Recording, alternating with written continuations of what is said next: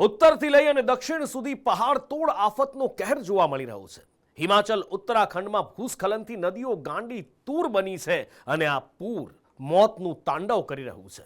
આફતના મારથી કેદારનાથ યાત્રા પ્રભાવિત થઈ છે, જ્યારે કેરળના વાયનાડમાં જેમ જેમ સમય પસાર થઈ રહ્યો છે એમ મૃત્યુઆંક વધી રહ્યો છે। વાદળ ફાટતાની સાથે જ પહાડી રાજ્ય હિમાચલ પ્રદેશ અને ઉત્તરાખંડમાં તબાહીનું પૂર આવ્યું છે, જે પહાડ પરથી કાદવ કીચડનું સામ્રાજ્ય લઈ આવતા અનેક વિસ્તાર નકશા પરથી ગાયબ થઈ ગયા છે। ગામોના ગામ તણાઈ ગયા છે। હિમાચલમાં આવેલી આફતમાં કુલ 50થી વધુ લોકો લાપતા થયા છે, જ્યારે ખાલી એકલા રામપુરના સમેજ ગામેથી જ 36 લોકો ગુમ થયાની ફરિયાદ છે। આ દ્રશ્યો રામપુરના સમેજ ગામના છે, જ્યાં નાની અમથી નદીઓએ દરિયાનું સ્વરૂપ ધારણ કરતા ગામ નકશા પરથી ગાયબ થઈ ગયું છે। ગામના 25 જેટલા ઘરો હતા ન હતા થઈ ગયા છે। આફતને નરી આંખે જોનારા લોકો હજી આઘાતમાં છે। समेज में जो खड्ड आई है और भयानक तबाही की है, और इस भयानक तबाही के साथ जो है कम से कम इस पहाड़ में जो है 36-37 लोग जो है ये हैं। अभी तक इतने लोगों का ही मालूम लग चुका है, और बाकी जो लोग हैं वहाँ अभी उसका अरेस्ट चल रहा है। और लगभग 29 के घर जो है और प्राइमरी हेल्थ सेंटर की बिल्डिंग में सारी के सारी यहाँ पर जो है नस्तनबूद हो चुका है। બીજી બાજુ આફત બાદ કુલ્લુની બિયાસ નદીએ રૌદ્ર સ્વરૂપ ધારણ કર્યું છે। નદીનો ગર્જના કરતો ધસમસતો પ્રવાહ લોકોને ડરાવી રહ્યો છે। નદીઓ ગાંડી તૂર બનતા હજુ કેટલાય લોકો ફસાયેલા છે, જેમનું એનડીઆરએફ એસડીઆરએફની ટીમ દ્વારા રેસ્ક્યુ કરાઈ રહ્યું છે। હિમાચલની સાથે ઉત્તરાખંડના પણ આવા જ હાલ દેખાઈ રહ્યા છે। કુદરતના મારથી ઉત્તરાખંડ બેહાલ થઈ ગયું છે। પૂર અને ભૂસ્ખલનને કારણે 14થી વધુ લોકો મોતને ભેટ્યા છે। કેદારનાથ માર્ગ પર ભૂસ્ખલન થતા શ્રદ્ધાળુઓ ફસાઈ ગયા હતા। પ્રશાસન દ્વારા 5000 શ્રદ્ધાળુઓનું રેસ્ક્યુ કરવામાં આવ્યું છે। રેસ્ક્યુ કરેલા શ્રદ્ધાળુઓમાં ગુજરાતના ભાવિકો પણ સામેલ હતા અને હજુ રેસ્ક્યુ ऑपरेशंस चालू है। जितने लोगों को बचाव किया गया है, राहत की गई है और निकाला गया है, रेस्क्यू किया गया है, लगभग वो संख्या 5000 है। कुछ को हेली सेवा एयर से निकाला गया है, कुछ को वैसे निकाला गया है। 5000 किया गया और जो लोग अभी बचे हुए हैं लगभग 1000 के लगभग लोग धाम पर हैं, और मौसम यदि ठीक रहता है तो आज शाम तक सभी को निकाल लिया जाएगा। ઉત્તરાખંડની અલકનંદા, મંદાકિની અને ભાગીરથી નદી હજુ જોખમી રીતે વહેતા લોકોમાં ભય ફેલાયો છે। આ બધા વચ્ચે કેરળના વાયનાડમાં 3 દિવસ વીત્યા બાદ પણ કાટમાળમાંથી લાશો બહાર નીકળી રહી છે। મૃત્યુઆંક વધતો 300 ને પાર પહોંચી ગયો છે, જ્યારે 300 આસપાસ લોકો ગુમ થયાની ફરિયાદ છે। વાયનાડથી તબાહીની તારાજીની ડરામણી તસવીરો હૃદય કંપાવનારી છે। વાયનાડમાં હજુ પણ રેસ્ક્યુ ઓપરેશન ચાલી રહ્યું છે। રેસ્ક્યુ ઓપરેશનની ઝડપ વધારવા સેનાએ 18 કલાકમાં મુંડકઈથી ચુરલમાર વચ્ચે ધોવાયેલા પુલની જગ્યાએ અસ્થાયી પુલ બનાવી દીધો છે। દુર્ઘટનાના 4 દિવસ બાદ પહાડોના કાટમાળમાંથી દટાયેલા 4 લોકો જીવતા નીકળ્યા હતા। 2 મહિલા અને 2 પુરુષોએ મોતને માત આપી છે। હાલ તેમને સારવાર અર્થે હોસ્પિટલ ખસેડવામાં આવ્યા છે। તો કોંગ્રેસ નેતા રાહુલ ગાંધી 2 દિવસથી વાયનાડમાં રોકાયા છે અને રાહત કેમ્પ્સમાં પીડિતો સાથે મુલાકાત કરી રહ્યા છે। કેન્દ્ર સરકારે પણ કેરળ સહિત હિમાચલ અને ઉત્તરાખંડમાં ચાલી રહેલા રેસ્ક્યુ ઓપરેશન્સ પર બાજ નજર રાખી છે અને શક્ય તમામ મદદ રાજ્યોને પૂરી પાડી રહ્યા છે। હાલ તો ઉત્તરથી દક્ષિણ સુધી એક સમાન કુદરતી આફતનો માર પડી રહ્યો છે। વાદળ ફાટતા કેરળ, હિમાચલ અને ઉત્તરાખંડમાં આફતે તબાહીનું તાંડવ કર્યું છે। પહાડ તોડ આફતથી થતા ભૂસ્ખલન અને પૂર લોકોની જિંદગી દાટી રહ્યા છે। મહત્વનું છે કે હજુ આ રાજ્યો પર મુશ્કેલીનો મેઘો વરસી રહ્યો છે, ત્યારે પહાડો પર રહેતા લોકોએ સાવચેત રહેવાની જરૂર છે। બ્યુરો રિપોર્ટ, સંદેશ ન્યૂઝ। આ ચોમાસામાં ખાડારાજના કારણે સામાન્ય જનતા હેરાન પરેશાન થઈ ગઈ છે અને પાણી ભરાવાની, ખેતરોમાંથી પાણીનો નિકાલ ન થવાની સમસ્યાથી ખેડૂતો તોબા પોકારી ઉઠ્યા છે। વરસાદી પાણી સાણંદના ખેડૂતોને બરબાદ કરી રહ્યા છે, તો ઉત્તર ગુજરાતમાં ભેજવાળા વાતાવરણના કારણે જીવાતનો ઉપદ્રવ વધ્યો છે। હવામાન વિભાગની આગાહી છે કે ઓગસ્ટમાં સૌરાષ્ટ્ર અને દક્ષિણમાં ઓછો વરસાદ પડશે, જ્યારે ઉત્તરમાં ભારે વરસાદ પડશે। અત્ર તત્ર સર્વત્ર પાણી જ પાણી। આ દ્રશ્યો અમદાવાદના છે। અમદાવાદમાં આવતા સાણંદ તાલુકાના ચાચરવાડી વાસણા ગામે વરસાદી પાણી ખેડૂતોના દુશ્મન બન્યા છે। વિસ્તારમાં જ્યારથી વરસાદ પડ્યો છે ત્યારથી 700 એકર ખેતીલાયક જમીનને જળ સમાધિ લઈ લીધી છે। ખેડૂતોનો આરોપ છે કે ચાચરવાડી વાસણામાં ઇન્ડસ્ટ્રીયલ પાર્કની દિવાલના કારણે પાણીનો નિકાલ થતો નથી। પાણીના નિકાલ ન થાય ત્યાં સુધી ખેડૂતોએ પ્રાંત કચેરીમાં પડાવ નાખ્યો છે. જો સરકાર સંપૂર્ણ જાણે છે, સરકાર અજાણ છે એવું નથી, સરકાર જાણતી હોવા છતાં એ ઉદ્યોગપતિના હિત ઈચ્છતી હોવાના કારણે આટલા બધા 700 એકરના ખેડૂતોને નુકસાન પહોંચાડી રહી છે. બધાની માગણી એવી છે કે જ્યાં સુધી પણ આ નહીં થાય ત્યાં સુધી હિજરત કે નહીં આવે છે, અહીંયા જ રહેશે, બીજો કોઈ આરો નથી. હાઈકોર્ટનો ઓર્ડર એવો છે કે ભાઈ 4 વીકમાં પાણી ગામનું કાઢવું, તો 4 વીકમાં કાઢવાના બદલે 4 વર્ષ થઈ ગયા છે. 4 વર્ષમાં પણ આમના પેટનું પાણી નથી હલ્યું અને અમારા ગામનું પાણી ઓછું થયું નથી. ખેડૂતોની ચીમકીના પગલે પ્રાંત અધિકારીએ ટીમ બનાવી સ્થિતિનો તાગ મેળવવાની સૂચના આપી છે. એકવાર સ્થળ મુલાકાત લઈ અને ખરેખર શું હકીકત છે, આ પાણી કયા કારણોસર ભરાય છે અને એનું શું સોલ્યુશન છે, એ માટે અમારી ટીમ ત્યાં જશે, રેવન્યુની અને અન્ય વિભાગની. અને એ ટીમ આવ્યા પછી એક ટૂંકા ગાળાની અંદર એમની સમસ્યાનું કેવી રીતે સમાધાન લઈ શકે અને લાંબા ગાળાની અંદર એમની સમસ્યાનું શું સમાધાન લઈ શકે, એ યોગ્ય જગ્યાએ બેસી અને ચર્ચા કરીને અને એનો અમે નિકાલ કરીશું. બીજી બાજુ ઉત્તર ગુજરાતમાં જીવાત ખેડૂતોને બરબાદ કરવા પર આમદા બની છે. બનાસકાંઠાના પાલનપુર પંથકમાં છેલ્લા 30 દિવસથી કાતરા નામની જીવાતનો ઉપદ્રવ વધ્યો છે. વાદળછાયા વાતાવરણના કારણે પંથકમાં કાતરા ખેડૂતોને બરબાદ કરી રહી છે. આ જીવાત ગવાર, મગફળી અને ઘાસચારાના વાવેતરની ભારે નુકસાની કરી ચૂકી છે. હાલ તો ખેડૂતો કાતરાના આતંકથી બચવા જુદા જુદા પ્રયત્નો કરી રહ્યા છે. છેલ્લા 20-25 દાડાથી કાતરા પડ્યા છે. મગફળી છે, ગવાર છે, કઠોળ છે, ઘાસચારો છે, એટલા બધા હદે કાતરા પડ્યા છે કે હવે તો કોઈ રહેમ જ નહીં ખેડૂતોને, અને મૂળ નાશ પામે. એક બાજુ વરસાદ જેટલો જુએ એટલો પડ્યો નહીં, એટલે મૂળ શું છે, વાદળછાયું વાતાવરણ છેલ્લા ઘણા દાડાથી છે, એટલે કાતરાની જીવાત જે છે એ વધી જઈએ. હવે તો ભગવાન ઉપર અમારો ભરોસો છે કે ભાઈ કહો તો વધારે વરસાદ પડે અને કે પછી વધારે તડકો પડે તો આ કાતરા મરે, ને કે આ પાક કોઈ રહે એમ નહીં. જો કે કાતરા નામની જીવાતનો ચોક્કસ ઇલાજ નથી, ત્યારે એ કુદરતી રીતે નાશ પામે તો ખેડૂતો આ નુકસાનીમાંથી બચી શકે છે. અમરેલીના ધારી પંથકમાં પણ ચોમાસુ પાકમાં ઈયળનો ઉપદ્રવ જોવા મળી રહ્યો છે. મગફળીના પાકમાં ઈયળ આવતા ખેડૂત મુશ્કેલીમાં મુકાયા છે. મગફળીના પાકમાં અણધારી આફતરૂપ રોગ આવતા ખેડૂતો મૂંઝવણમાં મુકાયા છે.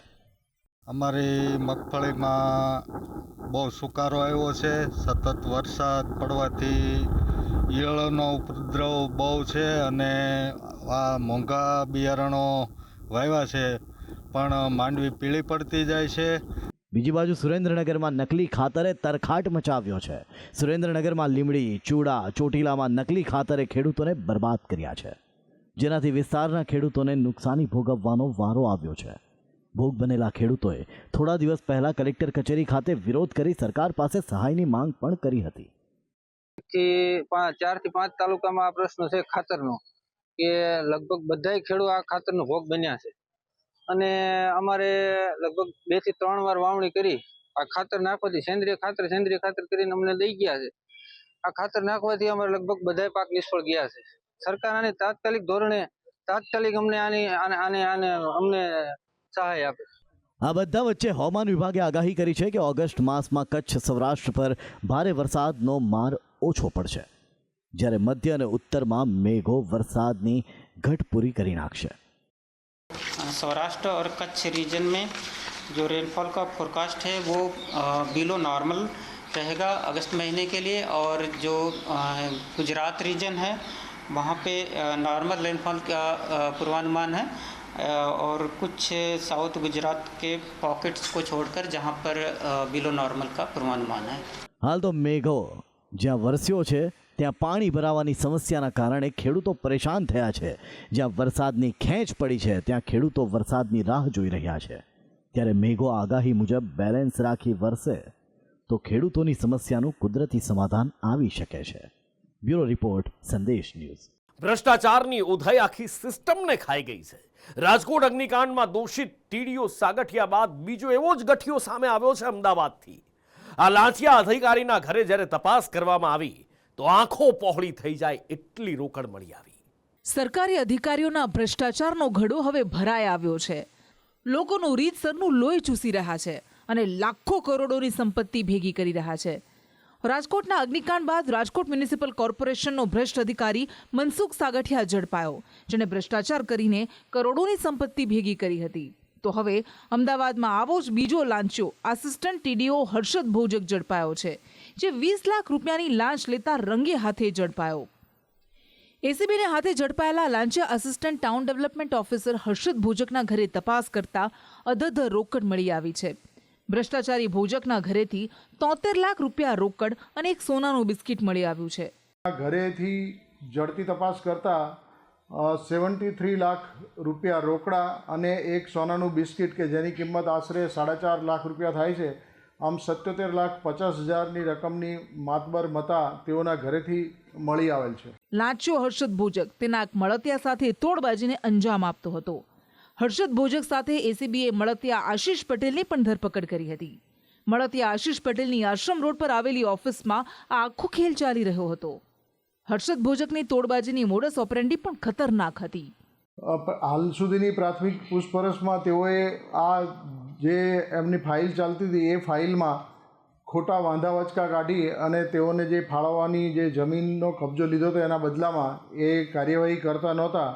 એમનું મુખ્ય હેતુ આ પ્રમાણે લાંચ પડાવવાનો હતો. ભ્રષ્ટાચારને કારણે ચમકી ઉઠેલા હર્ષદ ભોજક વિશે જ્યારે એએમસીના એસ્ટેટ કમિટીના ચેરમેન પ્રિતેશ મહેતાને પૂછવામાં આવ્યું તો તેઓ કહી રહ્યા છે કે અમારી પાસે કોઈ વિગતો નથી. અધિકારીનો જવાબ જોતા લાગી રહ્યું છે કે પ્રિતેશ મહેતા હાથ અદ્ધર કરીને જવાબદારીમાંથી છટકી રહ્યા છે. એમના વહીવટી તંત્ર એ લોકોના તાબામાં આવે છે. સીધા અમારા અમે વિગત માગી કમિટીમાં, અમે વિગતો માગી છે, એ લોકો અમને આપવાનું કીધું છે. આટલો લાંબો સમય થવા છતાં હજુ એમની પાસે જ વિગત કેટલું યોગ્ય કહેવાય, કારણ કે અધિકારી પાસે જ વિગત નથી. અમે વિગતો માગી છે, એ લોકો આપે એટલે અમે તમને આપીશું. તો ઘટનાની જાણ થતાં ભ્રષ્ટાચારી એટીડીઓ હર્ષદ ભોજકને ગુરુવાર મોડી રાતથી સસ્પેન્ડ કરવામાં આવ્યો અને કમિશનરે 3 શોકોઝ નોટિસ પાઠવી હતી. જેવા સમાચાર આવ્યા એવા માનનીય કમિશનર સાહેબે અને અતિ ગંભીરતાથી આ વાત લીધી અને ગઈકાલે રાત્રે જ 12 વાગે જ એ ભાઈને તરત જ ફરજ મોકૂફીથી એને ઉતારી દેવામાં આવ્યા છે અને એમના ઘેર એમને નોટિસ બજાવી દેવામાં આવી છે. હાલ હર્ષદ ભોજક અને આશીષ પટેલના કોર્ટે 5 ઓગસ્ટ સુધીના રિમાન્ડ મંજૂર કરતા તેની સઘન પૂછપરછ હાથ ધરાય છે.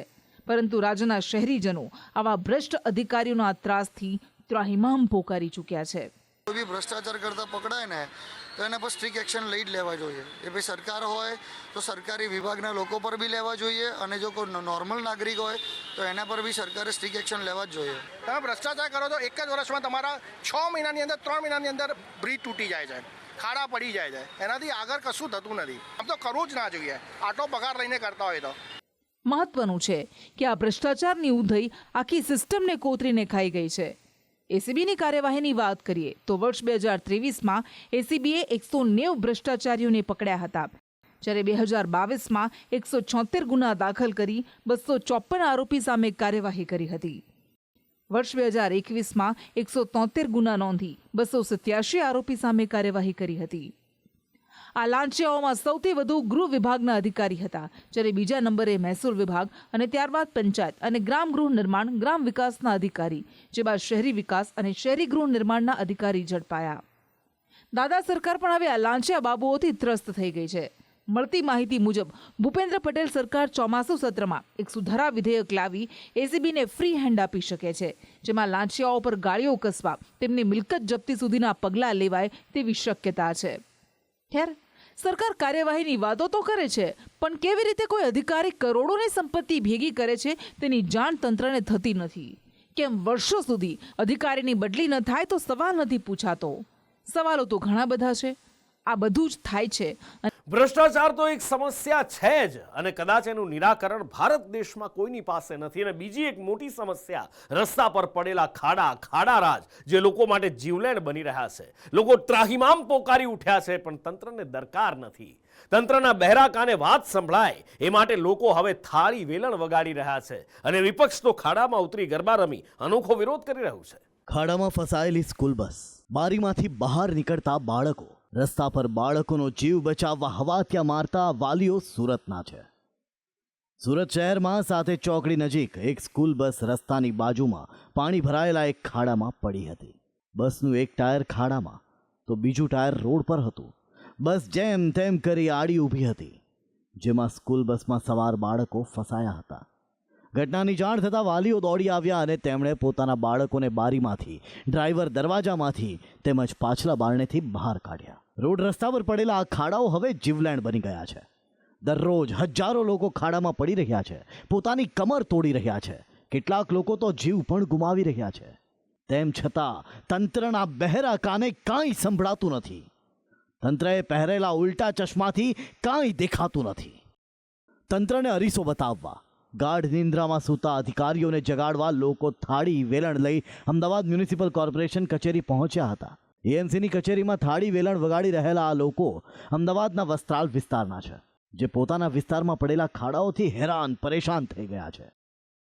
વસ્ત્રાલ રોડ પરની વેદાંત રેસિડેન્સી, સંસ્કૃતિ સ્કાય તેમજ વ્રજવાટિકા એપાર્ટમેન્ટના લોકોએ ખરાબ રોડ રસ્તાને લઈને અનેકવાર તેની ફરિયાદ કરી છે. તેમ છતાં નિરાકરણ નહીં આવતા તેઓ આજે મ્યુનિસિપલ કચેરીએ ધસી આવ્યા હતા. પહેલી જ વાત હું તમને એ કહી દઉં, તકલીફ બરોબર છે, મારે તમને કેવું નથી કેટલી તકલીફ પડે. તમે એકવાર હું બધા સાહેબો તમને બધાને આમંત્રણ આપું મારા ઘરે જમવાનું, ચા પાણી કરવાનું, હાલીને બધા આવો મારા ઘરે, બરોબર છે. તમને ખવરાવું ને પીવરાવું, બરોબર, બધાને ખવરાવું ને પીવરાવું. અનુભવ કરો તમારો ખરાબ અનુભવ. અમારા કેટલાના હાથ પગ ભાંગ્યા, કેટલાના છોકરા પૈડા, બરોબર. અમારી માંગ પૂરી નહીં કરવામાં આવે તો અમે ફરીથી એમસી ઓફિસે આવી રીતે રેલી કરીને આવીશું. અમને બહુ તકલીફ પડે છે, બંને બાજુના રસ્તા બ્લોક છે. શાકભાજી એક સ્ત્રીને શું જરૂર નથી હોતી, શાકભાજી કઈ રીતે લેવા જવું, શાકભાજી વાળા નથી આવતા ઘરે, રિક્ષા વાળા પણ ના પાડી દે છે કે રિક્ષા અમે ત્યાં નહીં આવીએ એમ. તો અમે કેના ઉપર, અમે કઈ રીતે જઈએ, બહાર જવું હોય તો અમારે કઈ રીતે જવું એમ. જેના પર એએમસીના અધિકારીઓનું કહેવું છે કે આ નવો ડેવલપ થતો વિસ્તાર છે, કામ ચાલુ છે, સમય લાગશે. આ વિસ્તાર નવો વિસ્તાર આખો ડેવલપ થઈ રહ્યો છે મેડમ. એટલે આ વિસ્તારમાં અમે પહેલાં પાણીની લાઈન 25 કરોડના ખર્ચે પાણીની ટાંકી બનાવીને પાણી પણ આપ્યું છે. આ રોડ બાકી છે, જ્યાં સુધી બધું પાણી લાઈન, ગટર લાઈન, સ્ટોમ વોટર લાઈન નહીં નાખી શકીએ ત્યાં સુધી અમારા રોડ પણ નહીં બનાવી શકીએ. એ બની જશે. ટેમ્પરરી અત્યારે એમની રજૂઆત છે તો અમે ટેમ્પરરી રોડ નાનો કપચી કે એવું નાખી અને એમને મોટેબલ કરી આપીશું. એ રજૂઆત છે તો અમે કરી આપીશું એના માટે. બીજી બાજુ વિપક્ષ પણ જનતાના પ્રશ્ને લડત ચલાવી રહી છે. જામનગરમાં ખાડારાજના વિરોધમાં કોંગ્રેસના કાર્યકરોએ ખાડામાં ગરબા રમી વિરોધ નોંધાવ્યો. જામનગર શહેર કોંગ્રેસનો આરોપ છે કે તંત્ર દ્વારા વપરાતું મસ્ત મોટું બજેટ ખાડામાં ગયું છે. સામાન્ય વરસાદમાં પડેલા ખાડાથી લોકો પરેશાન થયા છે. જામનગર શહેર પેરિસ તરીકે કહેવાતું હતું એ અત્યારે ખાડાનગર બની ગયું છે. કે આ ભારતીય જનતા પાર્ટીના પાપે આ ખાડા પડ્યા છે, એના વધામણા કર્યા, સાથે સાથે એને ફુલાર કર્યા. ફુલાર કરીને અમે અહીંયા રાસ ગરબા રમ્યા કે આ ખાડાની અંદર હવે રાસ રમવા સિવાય કાંઈ નથી. કારણ કે ભારતીય જનતા પાર્ટીના સ્ટેન્ડિંગ કમિટીના ચેરમેન જો 700 કરોડનું બજેટ બહાર પાડતા હોય તો 700 જેવી કરોડની રકમ રહી જામનગરને, પેરિસને પણ પેરિસથી પણ ઊંચું બનાવી શકે. પણ દિવસે ને દિવસે હમણાં ઘણા સમય ત્યાં જામનગરની હાલત ખરાબ થતી જાય છે. છોટી કાશી તરીકે ઓળખાય પણ આજે નવું નામ દઈ તો એમાં કાંઈ વાંધો નથી. જામનગર શહેર ખાડા નગર તરીકે પણ આજે તમે જોવો છો તેમ ઓળખાની એક છાપ ધરાવે છે. જામનગર શહેરમાં કોઈ વિસ્તાર એવો નહીં હોય, સામાન્ય વરસાદમાં જો આ હાલત થતી હોય તો આ ભ્રષ્ટાચાર ઉઘાડો પડ્યો છે.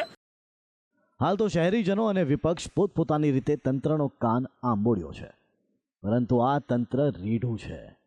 તંત્રનું નાક તો પહેલાથી જ કપાયેલું છે અને હવે તેના કાન પણ કામ કરતા નથી. લોકોની વેદના તંત્રને સંભળાતી જ નથી. બ્યુરો રિપોર્ટ, સંદેશ ન્યૂઝ.